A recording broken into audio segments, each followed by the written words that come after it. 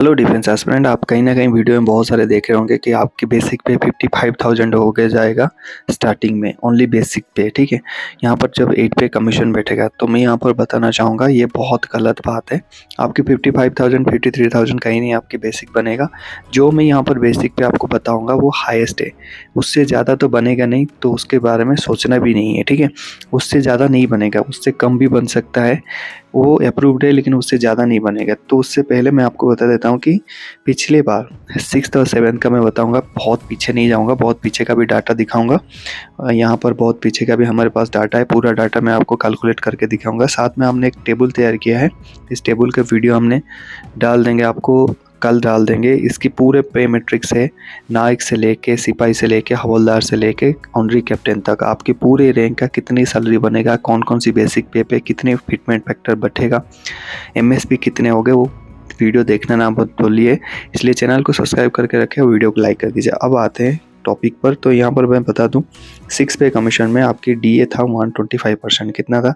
125%। ठीक है, तो यहाँ पर आपकी जो फिटमेंट फैक्टर है 1.86 लगा था, वहाँ पर पे इंक्रीज हुआ था 54%। कितना?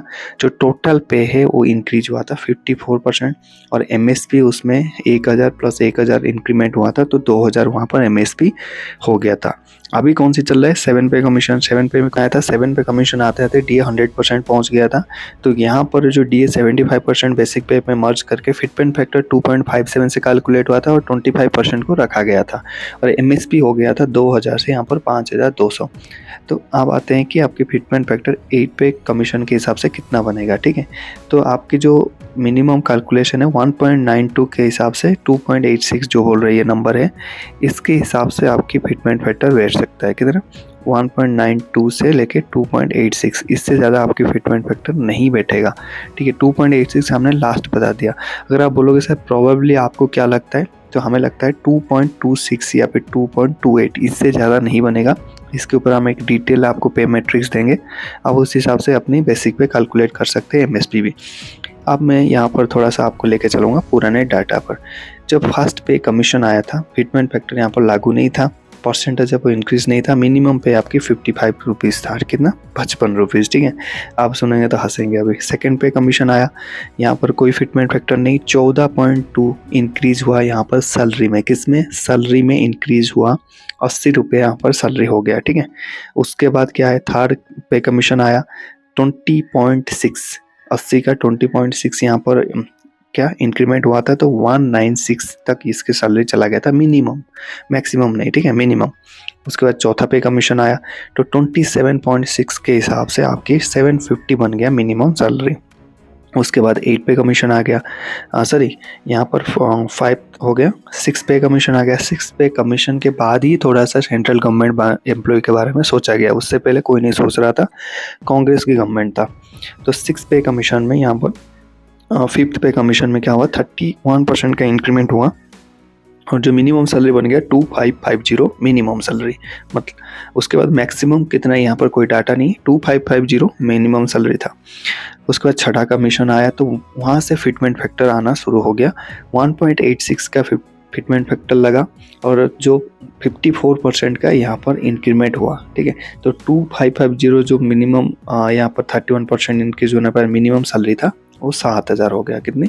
7000 हो गया। ठीक है, सैलरी का 54% यहाँ पर बढ़ गया। ठीक है, तो 7000 यहाँ पर मिनिमम सैलरी बन गया। ठीक है, उसके बाद 7 पे कमीशन में 2.57 का लगा, 14.29 की यहाँ पर फिटमेंट फैक्टर लगा, सॉरी फिटमेंट फैक्टर 2.57 था, और परसेंटेज ऑफ इंक्रीज था 14.29।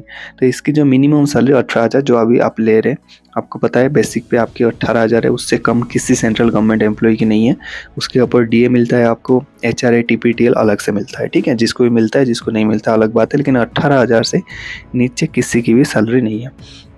अब आते हैं 8 पे कमीशन में, यहाँ पर क्या होने वाला है, 2.28 मैंने बोला था ना, 2.28 के हिसाब से कैलकुलेट हो रहा है, ये सब एवरेज होके 2.2 के हिसाब से आ रहे हैं, और जो इंक्रीमेंट है वो 34.1% है, ये भी हमने एवरेज करके निकाला है। एवरेज का बताऊंगा तो आप भी कन्फ्यूजन हो जाओगे, बस याद रखिए 34.1%, जो कि मिनिमम आपकी इंक्रीमेंट सैलरी हो जाएगा 41,000। तो हमने इसकी फिटमेंट फैक्टर ये डाल के ये निकाला है, ठीक है। 18,000 का फिटमेंट फैक्टर कैलकुलेट करके 41,000 ये मैक्सिमम बेसिक पे है। जो भी बोल रहा है 55,000 52,000 ये गलत है, मैक्सिमम 41,000, ठीक है। मतलब क्या है, ये मिनिमम पे में दिया है, बट मैंने बोला था ना जैसे 1.92 से हम कैलकुलेट कर रहे हैं, तो उस हिसाब से हम कितने पे रेंज पे यहाँ पर कैलकुलेट कर रहे हैं, 34,000 रुपया से 34,000 रुपये से 41,000 इसके बीच में फिटमेंट फैक्टर रहेगा, और इसके बीच में आपकी मिनिमम बेसिक पे यहाँ पर स्टार्ट होगा। इससे ज़्यादा आपको बेसिक पे नहीं मिलेगा। 52 55 के आसपास जा रहे हो तो बहुत गलत जा रहे हो आप। हम कल आपको नेक्स्ट वीडियो में ये बता देंगे कि आपकी पे मैट्रिक्स टोटल कितने बनेगा, ऑनरी कैप्टन तक, साथ में एमएसबी भी कवर करेंगे। तो वीडियो को देखना मत भूलिए। आप कितने सोचते हैं कि क्या ये जो हमने बताया आपको, क्या आपको सही लगता है, नीचे कमेंट सेक्शन करके बताइए। अगर आपको लगता है कि इतने सैलरी नहीं बढ़ सकता, वो भी नीचे कमेंट करके बताइए। मिलते हैं नेक्स्ट टॉपिक में। जय हिंद।